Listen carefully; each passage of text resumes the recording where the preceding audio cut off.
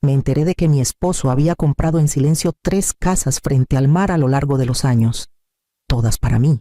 Esa verdad me cayó encima una mañana cualquiera. De esas en las que crees que nada en tu vida puede dar un vuelco. Recuerdo que estaba ahí parada, con el teléfono pegado a la oreja, sintiendo que el piso se inclinaba bajo mis pies, mientras el mundo seguía fingiendo que todo era igual. Me llamo Rosalía Morales. Tengo 68 años. Estaba doblando toallas en el cuarto de lavado, en la cocina sencilla de mi rancho, sin imaginar que Samuel me había dejado una herencia que nunca me pasó por la cabeza. Tarareaba la melodía que él silbaba cuando les daba de comer a los caballos. Habían pasado 4 años desde que se fue, pero a veces todavía parecía que solo había salido un momento al corral. Cuando sonó el teléfono, casi lo ignoré. La mayoría de las llamadas ahora eran recordatorios de citas médicas o anuncios de la parroquia. Señora Morales, dijo un hombre. Soy Roberto Herrera, abogado del patrimonio de su difunto esposo. Creo que deberíamos hablar en persona. Casi le digo que se había equivocado de número. Los asuntos de Samuel se habían cerrado hace mucho. El rancho estaba pagado, las deudas liquidadas. No quedaba nada por resolver. Pero algo en la voz del abogado firme, cuidadosa, me puso la piel de gallina. 1 hora después, estaba sentada en su oficina, todavía con el mismo suéter azul cielo que me había puesto sin pensar. Me pasó una carpeta por encima del escritorio. Su esposo nos indicó que reveláramos estas propiedades solo cuando se cumplieran ciertas condiciones. Se cumplieron la semana pasada. Dentro había escrituras. Una casa en Puerto Vallarta, otra en Cancún, otra en Acapulco, 3 propiedades, cada una valiendo varios millones de pesos. 3 lugares que Samuel había comprado a escondidas, armando en silencio un legado que yo nunca supe que existía. Se las dejó todas a usted, dijo Roberto con suavidad. También dejó escrito que quería que usted decidiera cuándo, o si alguna vez, se lo contaba a alguien. Mis dedos temblaron al tocar los papeles. Pensé en las manos firmes de Samuel, en su forma callada de hacer todo por los que quería. Sentí que el aire se me atoraba en el pecho. Una mezcla de asombro, dolor y unas ganas tremendas de correr a contarle a nuestra hija, Leticia, la noticia. Salí de la oficina abrazando la carpeta contra el pecho y manejé hasta el rancho en silencio, con el corazón lleno y temblando. En el porche me detuve, lista para entrar y contarle todo a Leticia, hasta que escuché su voz que venía de la cocina. Entré a la casa con la carpeta pegada al pecho, todavía tibia de mis manos en el camino de regreso. El carro de Leticia estaba en la entrada, ese que Samuel le ayudó a comprar cuando cumplió 24. Me sentía más ligera que en años, lista para compartir algo hermoso con ella. Algo que su papá le había dejado como un último abrazo. Llegué al pie de la escalera cuando su voz subió clara. «Mamá no va a poder mantener el rancho para siempre», dijo Leticia, bajito pero cortante. «Ya está más lenta. Es cuestión de tiempo para que pase algo». La voz de Marcos le siguió. «Por eso tenemos que empezar los trámites. Primero residencia asistida, después la tutela legal. Cuando tú seas quien decide, vender el rancho será pan comido». Mis dedos se aferraron al pasamanos. Leticia soltó un suspiro de fastidio. Estoy harta de andar contando cada peso, mientras ella está sentada encima de una propiedad completa sin hacer nada. Nosotros la vamos a cuidar, dijo Marcos, pero no en una casa tan grande. Cuando ya esté instalada en la residencia, remodelamos, la ponemos en venta y listo. El mercado está bueno.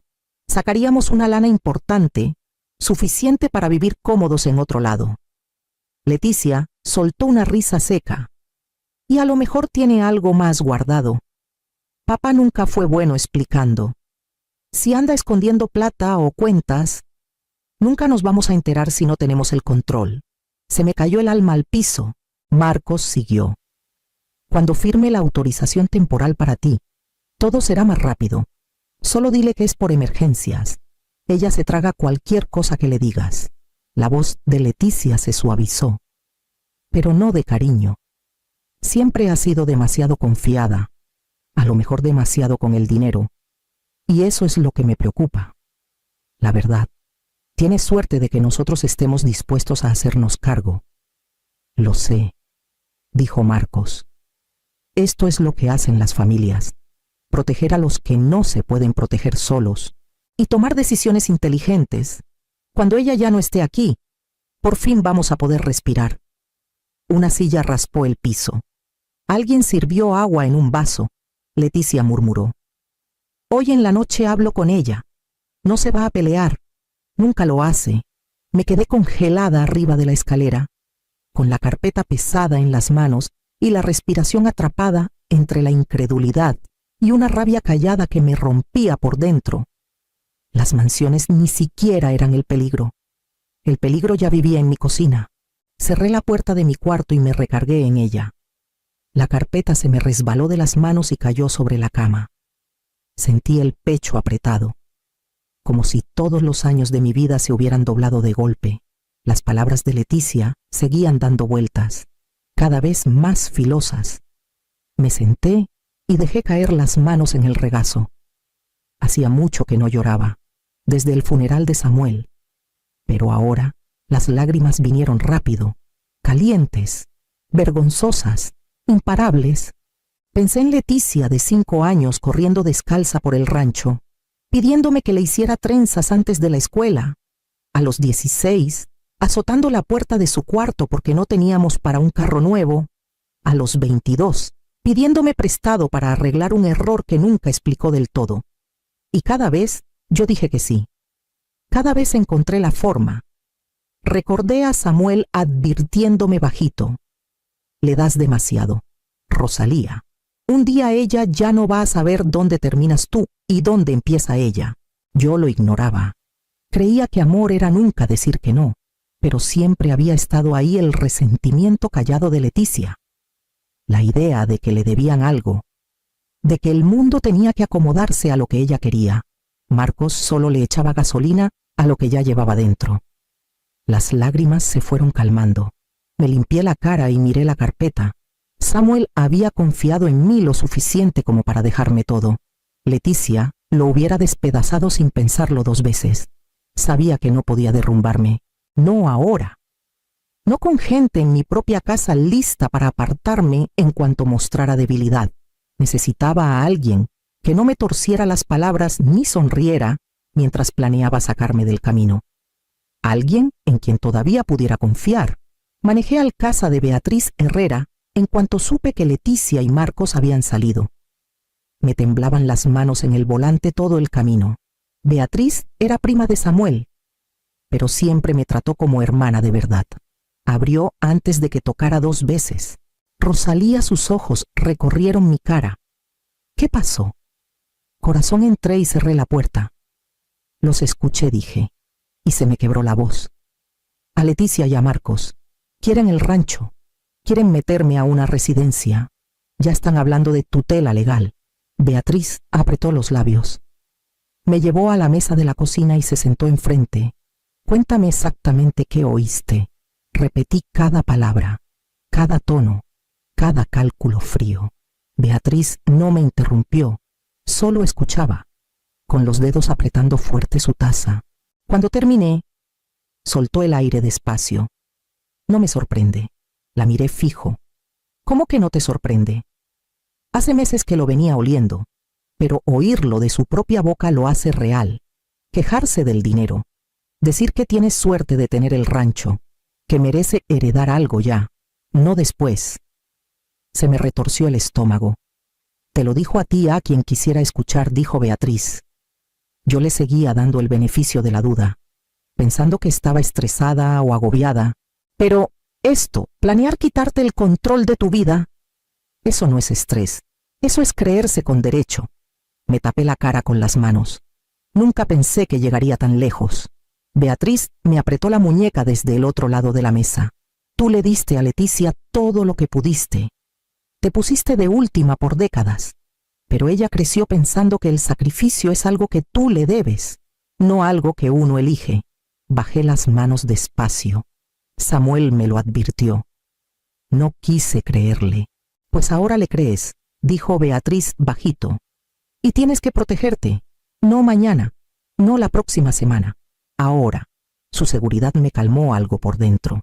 El miedo no se fue, pero se afiló. Se hizo más claro. Algo que podía usar. ¿Me ayudas? Aquí estoy, dijo. Y de aquí no me muevo. Al día siguiente, Beatriz vino conmigo a ver a la abogada en la que ella confiaba. Una mujer que se llamaba Andrea Millán. Su oficina era chica, ordenada, llena de expedientes bien acomodados. Andrea me estrechó la mano fuerte antes de sentarnos. Beatriz me dijo que necesitas blindarte, dijo. Cuéntame desde el principio. Le conté todas las propiedades escondidas de Samuel, la conversación que escuché en la escalera, los años de resentimiento de Leticia, la presión de Marcos, el miedo que me había estado comiendo viva. Andrea ni parpadeó, solo tomó su pluma. Lo que describes es un patrón clarísimo, dijo. Vulnerabilidad económica, manipulación emocional y un intento previsible de control. Podemos adelantarnos. Beatriz soltó el aire que había estado conteniendo.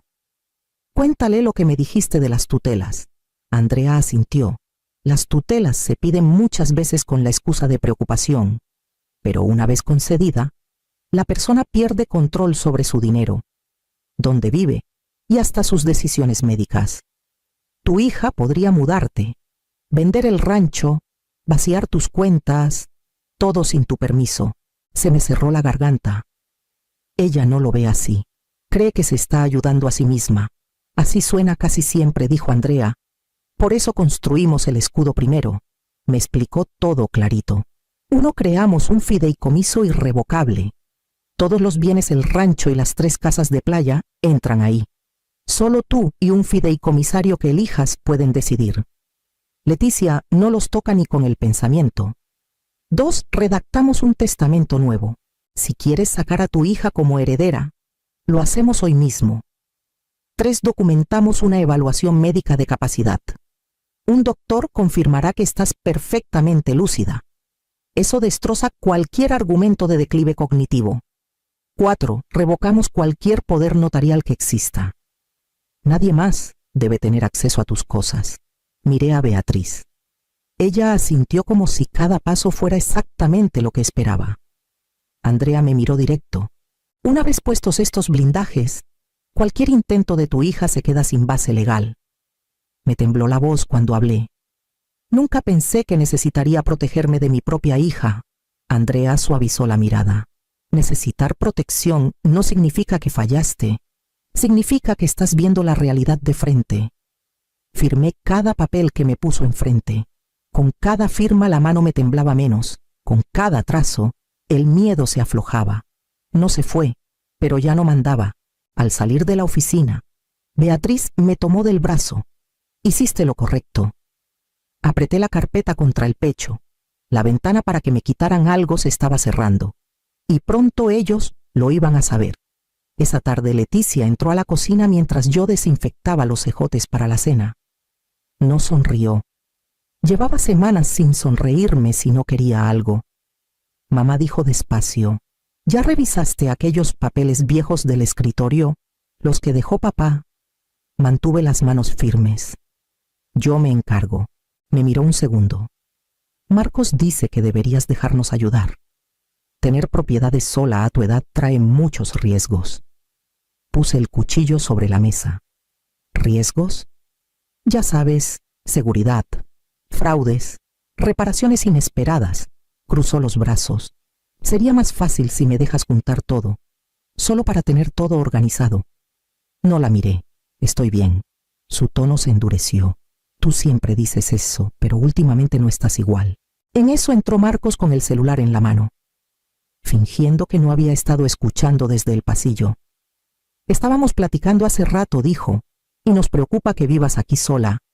El crimen en Guadalajara ha subido. Necesitas seguridad de verdad. Tengo candados, respondí. Eso no alcanza, insistió. Deberías pensar en cuidado a largo plazo, no un asilo, solo un lugar más seguro. Leticia asintió rápido. Un lugar con enfermeras todo el día, actividades, gente que te cuide. Harías amigos. Me volteé completa hacia ella. ¿Creen que no puedo estar aquí sola? Dudó nada más un segundo. Creo que no deberías, dijo. No con todo lo que está pasando. Marcos se acercó más. Deja que Leticia maneje los papeles. Tú confías en ella, ¿verdad? Me limpié las manos en el mandil, manteniendo la voz pareja. Tu papá y yo construimos esta casa juntos. No voy a firmar nada. La quijada de Leticia se tensó. Estás siendo terca. Solo queremos ayudarte. Tomé el bowl de ejotes. La cena está en 20 minutos. Me miró fijo. Algo frío le brilló en los ojos. Vamos a volver a hablar. No puedes seguir evadiendo esto. Salieron juntos de la cocina, cuchicheando bajito y con prisa. Se les estaba acabando la paciencia. Sus planes se estaban moviendo. Yo tenía que decidir cuánto más iba a dejar que durara este juego. Puse la mesa como le gustaba a Samuel: 4 platos, servilletas de tela, los cubiertos buenos. Beatriz llegó primero. Callada, pero firme, apretándome fuerte la mano. ¿Segura de que estás lista? Más que lista, le dije. Leticia y Marcos llegaron 15 minutos tarde, riéndose de algo que se les cortó en cuanto vieron a Beatriz sentada junto a mí.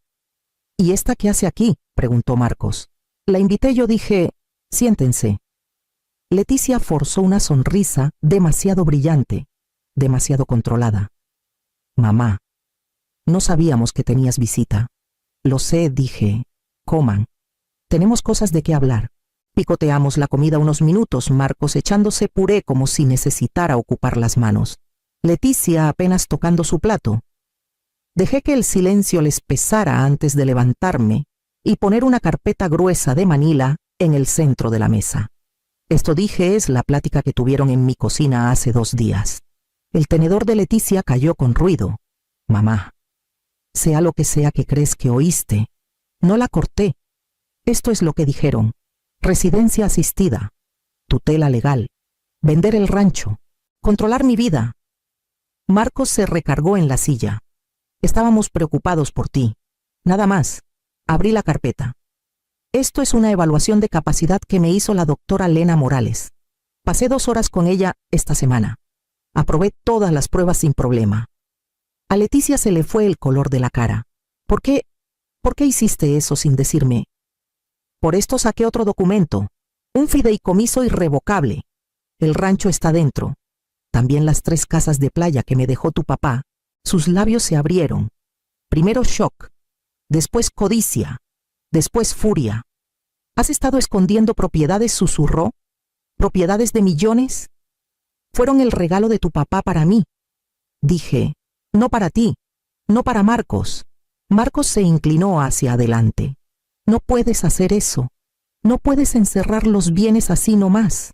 Ya lo hice. Deslicé los papeles firmados. Y aquí está mi testamento nuevo. Ya no son herederos. Leticia empujó la silla hacia atrás tan fuerte que raspó el piso. Nos estás castigando por preocuparnos. No se preocupaban, dije bajito. Planeaban sacarme. Beatriz cruzó los brazos. Deberían agradecer que todavía les habla. A Leticia se le llenaron los ojos de lágrimas, pero no eran lágrimas suaves ni de arrepentimiento. Eran de coraje. No puedo creer que elijas a extraños antes que a tu propia hija. Me estoy eligiendo a mí. Dije. Ya era hora. Marcos se paró, con los puños cerrados. ¿Y ahora qué pasa? Los miré a los dos, a mi hija y al hombre que había alimentado su resentimiento hasta que se la tragó entera. Ahora, dije, depende de cómo se porten de aquí en adelante. Leticia fue la primera en hablar después del silencio. No hablas en serio, dijo, con la voz rota. No nos vas a correr. Me levanté de la mesa. Tienen 4 días para recoger sus cosas. Marcos empujó su silla. Llevamos meses viviendo aquí. No puedes decidir así de repente. Puedo, dije, y ya lo decidí. Leticia dio un paso hacia mí, temblando. Mamá, escúchame. Estaba molesta. Dije cosas que no sentía. Podemos arreglar esto. Beatriz se levantó despacio a mi lado. No solo las dijiste, dijo, las planeaste. Leticia se volteó furiosa hacia ella. Tú no te metas. Siempre me has odiado. Nunca te odié, respondió Beatriz. Pero no voy a fingir que lo que hiciste fue amor. La quijada de Marcos se tensó. Si haces esto por el fideicomiso, debes saber que esos documentos se pueden impugnar. No, no se pueden, dije. Andrea se encargó de eso. Se acercó, bajando la voz como si el miedo me fuera a doblegar. Te estás equivocando. Te vas a arrepentir de cortarnos. Lo miré sin parpadear. Me arrepiento de haberlos dejado quedarse tanto tiempo. A Leticia le cayeron las lágrimas, pero lágrimas de rabia. Todo lo que construyó papá debería quedarse en la familia. Me estás castigando por querer lo que es mío. No es tuyo, dije con suavidad. Nunca lo fue. Sacudió la cabeza fuerte. Eliges a ella, disparó, señalando a Beatriz. A una mujer que ni sangre tiene. Me elijo a mí. Dije, por primera vez. Marcos tomó a Leticia del brazo. Vámonos, no vamos a rogar. Ella se zafó y me miró con los ojos encendidos. Te vas a arrepentir cuando estés vieja y sola. Beatriz dio un paso al frente. No estás sola.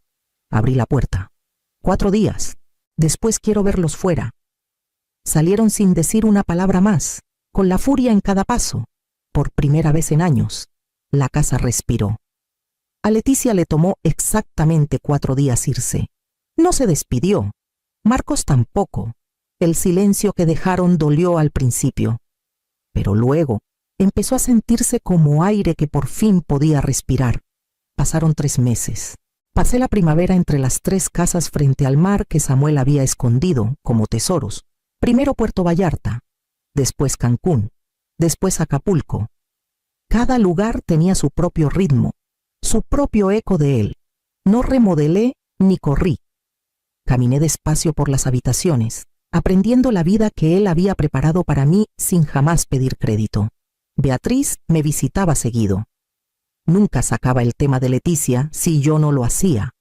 Cuando yo lo mencionaba, hablaba suave. Te ha buscado, ni una palabra dije. Y está bien, porque dejé de vivir en la espera. Con parte de las rentas empecé 2 becas, una a nombre de Samuel, para jóvenes que quieran ser campesinos, otra a mi nombre, para estudiantes de enfermería. Andrea me ayudó a armar todo para que creciera mucho después de que yo ya no esté. Por primera vez en décadas. Dar no se sentía como perder pedazos de mí. Se sentía como elegir a dónde iba mi cariño. Una tarde, mientras acomodaba flores en el porche del rancho en Jalisco, sonó mi celular. Número desconocido. Lo dejé sonar hasta que colgó. Si era Leticia, que dejara mensaje. No lo dejó. Beatriz se sentó junto a mí con 2 tazas de té. Se te ve más ligera, dijo. Me siento más ligera. Miré hacia el horizonte, viendo cómo subía la marea, firme y segura. Mi vida no era perfecta. Había heridas que no cerrarían rápido, pero ya no estaba atrapada. Tenía 3 casas, paz, un futuro hecho a mi medida. Y por primera vez en mucho tiempo, me tenía a mí misma. Si alguna vez has tenido que reconstruir tu vida después de que alguien intentó quitártela, no olvides darle like, comentar o suscribirte. Tu historia también vale.